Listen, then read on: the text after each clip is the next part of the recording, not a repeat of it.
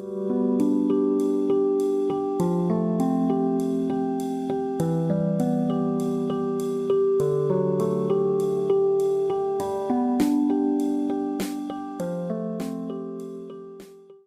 permit me to welcome the second distinguished speaker. You've been hearing from him all this while, but now he's going to be making a formal presentation. The title of the presentation is Resolving Perennial Conflicts in the Crude Oil and Gas-Rich Ekpetiama Kingdom, a case study of the Ekpetiama impasse. And this is going to be presented by His Royal Majesty, King Bubaraye Dakolo. He is the Agoda IV of the Kingdom of Ekpetiama. He's from Bayelsa State of Nigeria. Your Royal Highness, please welcome. So good morning, everyone. You will join me in a few traditional rites so that we can be on the same page. Izon. You have to say hi. Izon. Izon. Izon, come at me. Very good. Thank you very much. Well, traditionally that is done just to put us on the same page, just to charge us. I won't be doing this. I will just focus here. Yes. I am not an academic, but I've been a practitioner of what I'm going to talk about today. Resolving perennial conflicts in the crude oil and gas-rich Ekpetiama Kingdom. A case study of Ekpetiama. Ekpetiama is a small kingdom in Bayelsa State, but oil-rich, very rich in oil and gas. As we speak now, it produces about 60,000 barrels of crude oil every day, which translates to several hundreds of millions of dollars. Ekpetiama is a place that has had an impasse for about 15 years. They had some small conflicts that were not resolvable. And so if you follow me through this journey, you will quickly understand where we stand. A bit of the geography is necessary. Ekpetiama is one of the 7 communities located along the non-river bank of the oil and gas-rich region of Bayelsa State. Ekpetiama itself is, all the communities in Ekpetiama are located around the non-river. So Ekpetiama is on Wilberforce Island, which is a very beautiful island, evergreen island with tall trees and forests. It's extremely beautiful. Centuries-old flora and fauna are largely still intact, except in areas already bulldozed for modern roads and housing, or those cleared for oil and gas operations, and recently by the state government for our lone airport project. The population is about 3,000 people. That's for that community, and there are 3 compounds, namely Ewereware, Olomoware, and Oyekeware. History of the conflict. On the 23rd day of December 1972, they got a new traditional ruler, and he reigned for 30 years and died on the 1st day of December 2002. His deputy started acting immediately and acted up till 2004, when agitation started for a substantive Amananowe to be installed. Until then, they were using unwritten constitution. There was no written constitution. We're not very literate in terms of the Western, so we are more of oral people. So the process of drafting a constitution commenced in 2004. Constitution Committee was inaugurated democratically, and everyone started participating in the constitution process. On the 10th day of February 2005, about a year after, the draft constitution was read and adopted in the community town hall. And this process generated agitations of all types, which eventually brought in the government of Bayelsa State as mediators. Well, that wasn't successful. However, on the 25th of May 2005, the adopted constitution was presented to the Agudama people. At the same time, a transition committee was also inaugurated. And of course, that means dissolving every structure that was left in the community and allowing the transition committee to go about its job of getting a new Amaninowe. Amaninowe is actually community leader. This new transition committee was accepted by the acting chief, who was the deputy of the late man, and about 85% of the people, but a very small minority said no, they were not happy with it. However, an ELECO, which is electoral body, was inaugurated as well. And the ELECO went about trying to get everything right for an election. So they used the local town crier to town cry around the community that the conditions for the elections. And the small 15% also went about town crying as well, asking their supporters to boycott the elections. They went on radio to protest, asking everyone not to be part of the elections. However, the elections held, and so on the 9th of July 2005, the elections held, and on the 12th of July 2005, the new chief, the new Amaninowe, was installed. Well, that means many more conflicts. So the state government was accused of bias. Court cases were quickly filed by those aggrieved. And so several cases of fisticuffs, which later degenerated to reasonable scale violence, also occurred. There were arrests and counter-arrests initiated by the two factions. As the days went by, more cases were filed and numerous persons charged for different criminal breaches. A particular civil suit was against the new chief to make sure that he does not sit on the throne. Eventually, the court determined in September 2012 that he was never a chief before, not even for a minute. And so before the law, he was never ever a chief. However, he felt he was. And so there were more problems. The court determined that the former chief's, the late chief's old cabinet should reign on. And of course, it didn't take too long. I think at that time, the deputy chief himself had died. Okay, the man who acted initially had died. But the court said that council should still reign because nature abhors vacuum. So that led to more crisis. 85% were now against the 15% because they felt, well, when we won the elections and were reigning, you did not support us. You were against us. So we too will not respect you. So they actually did not respect the new cabinet, and which was not a good thing at all. 85% saying no to you, ignoring you. When you sound the gong to gather, nobody will come, and so on and so forth. So this lingered for as long as possible. But while this was going on, crude oil and gas activities got to an all-time high in 2004 and 2005 as SPDC commenced the exploitation of their largest African offshore facility in that area. Of course, the implication is more money was also flowing in. So there was every reason why everyone should hold on to power because there was more access, there was supposed to be more access to finances when you're in charge. So the issues that perhaps could have been easily waved aside were no longer so easy to wave aside. So it went on. Unprecedented opportunities, of course, presented unprecedented inflow of financial resources and equivalent community infrastructural development projects in the Ekpetiama and Banana kingdoms, of which Agudama was one of such. So between 2005, when the ousted Amaninowe was elected, and 2012, when the court annulled his reign, those community members who were opposed to him and his reign never recognized him as Amaninowe, and so never obeyed him. So the court verdict essentially flipped the positions, and so 85% were now disobeying, more like civil disturbance, just ignoring him.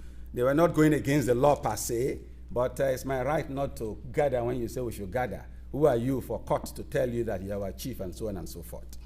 So till this day, he calls himself Chairman of Chiefs Council. He refused to say he's a Maninowe because it's actually not. So the Beninowe also does not address him as such. The loyalists of the former Maninowe argue that they did not get the cooperation of the current community administrators and their supporters during their time, so they too will not give them theirs. Previous attempts at resolving the conflict. Yes, for 15 years there were several attempts, and these include innumerable trips to the police stations in the whole region, so from the state to beyond the state to even Benin. And then several cases in court, civil and criminal trials. And then a lot of trips to the mortuary. I hope you know what the mortuary is. It's a lot of trips to the mortuary to either secure the dead or retrieve the dead. So there are a lot of people who also died in the process. So these attempts did not quite see the light of day. That's why they lingered for 15 years. But when His Royal Majesty King Bobare Dakulo was enthroned as the Beninowe of Ekpetiama Kingdom in 2016, mutual suspicion and rancor was at its peak amongst the Agodama people, because there are a lot of failures in the past. So with this new king, how will it be? So, of course, the rancors were there, but, I mean, will this man be able to handle this issue? Is he going to be biased? Is he going to play a trick or something? Is he going to support one side, and so on and so forth? And for a king who himself is from that place, he's already used to the people. He knows the people. He has friends amongst them and so on, even family members. But fully determined to resolve the embroilo, he initiated discussions with all groups in the community, the polarized and non-polarized alike, for a few months after settling in. Consultations were extended to persons in the other Ekpetiama Kingdom communities who had relevant information about the conflict. Several formal and informal sessions were held with the king at the palace of Agada the Fourth. Relevant materials such as court rulings and judgments were presented from all sides to buttress their claims.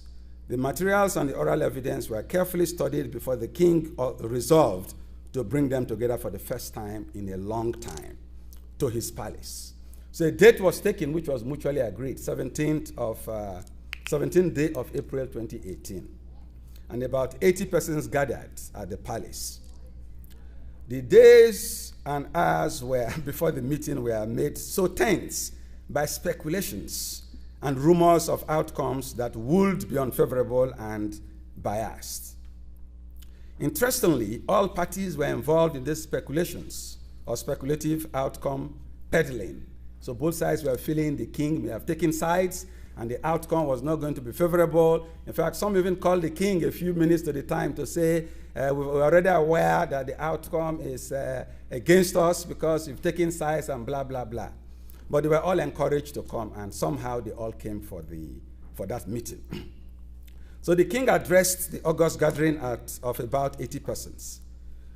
And this were paraphrasing, quoting him directly. So the courts in September 2012 annulled Happy Obotobo's election as a Maninowe, that's the name of the man that was chief at the time.